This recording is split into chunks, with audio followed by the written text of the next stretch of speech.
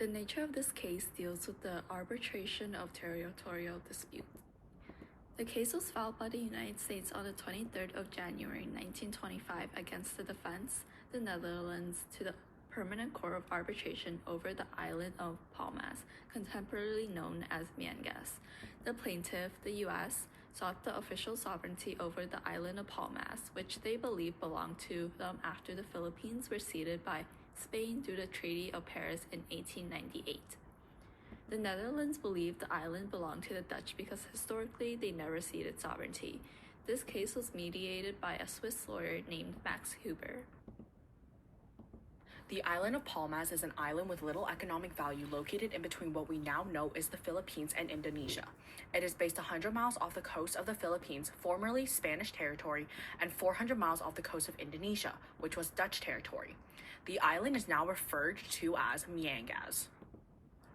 Given the proximity of Palmas to Spanish and Dutch territory, as well as arguments presented by both sides, the key issue in this case focuses on whether an inchoate title, inchoate defined as impartial or incomplete, prevails over a definite title.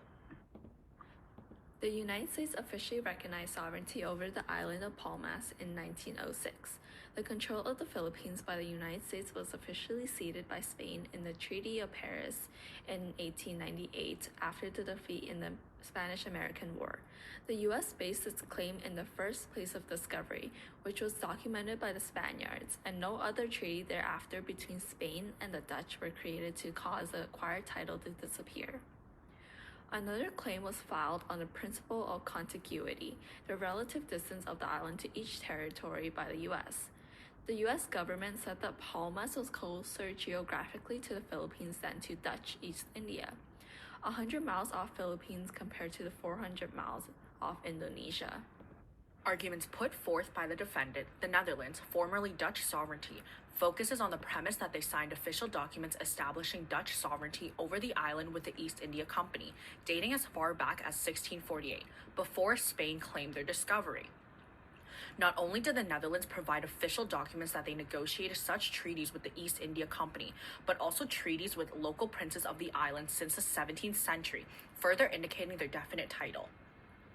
Outlined in the treaties included the requirement of the sole practice of Protestantism and the denial of other nationals present on the island.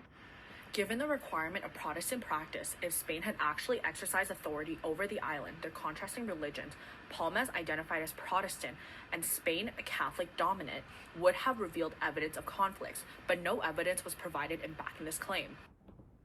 Therefore, in answering the question of whether an inchoate title can prevail over a definite title, the answer is no.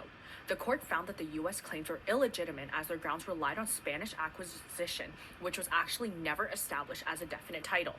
While on the contrary, the Netherlands provided sufficient evidence indicating they held a definite title as negotiated in contracts through the East India Company. This meant the final judgment in this case concluded that the island of Palmas internationally and legally recognized as Dutch territory as of April 4th of 1928. The case of arbitration of territorial disputes formed three precedents in the international courts. The first was that title based on contiguity does not have a standing in international court. Second being the title of first discovery is only an inchoate title.